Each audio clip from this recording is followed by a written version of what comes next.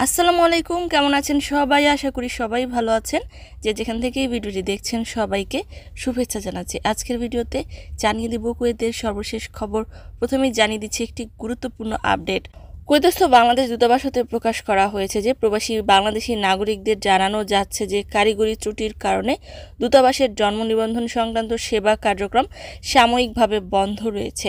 উল্লেখিত সেবাটি সচল হওয়া মাত্রই বিজ্ঞপ্তির মাধ্যমে সকলকে জানিয়ে দেওয়া হবে। আশা করি বুঝতে পেরেছেন। এই মুহূর্তে দূতাবাসে এনআইডি কার্যক্রম করা হচ্ছে না। এনআইডি সংক্রান্ত কোনো কাজ থাকলে আরও কিছুদিন পর যখন সার্কুলার প্রকাশ করা হবে তখন থেকেই করা হবে। এবারে জানিয়ে দিচ্ছি অন্যান্য আপডেট। জানিয়ে দিচ্ছি ভিসা সংক্রান্ত আপডেট।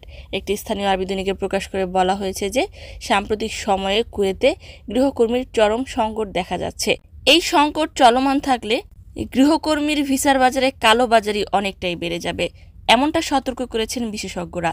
গৃহকর্মী বিশেষজ্ঞ বাসাম আল শাম্মেরি জানিয়েছেন যে বর্তমানে একজন গৃহকর্মী নিয়োগ করতে একজন কফিল বা স্পন্সরের যে খরচ হয় সেটি বেড়ে গিয়ে তা থেকে প্রায় 2000 দিনার পর্যন্ত পৌঁছতে পারে। কারণ হিসেবে তিনি জানিয়েছেন যে এই সংকটের জন্য শ্রম রপ্তানিকারক দেশগুলোর সাথে চুক্তি স্থাপন এবং নতুন নিয়োগের বাজার খোলার জন্য সরকারের অপূর্ণ প্রতিশ্রুতিকে দায়ী করেছেন।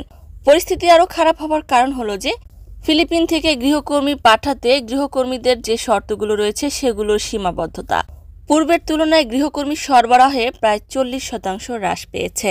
অন্যদিকে মাদক নিয়ন্ত্রণ অধিদপ্তর 16 কেজি মাদকদ্রব্য সাবুসহ একজন অবৈধ প্রবাসীকে আটক করেছে।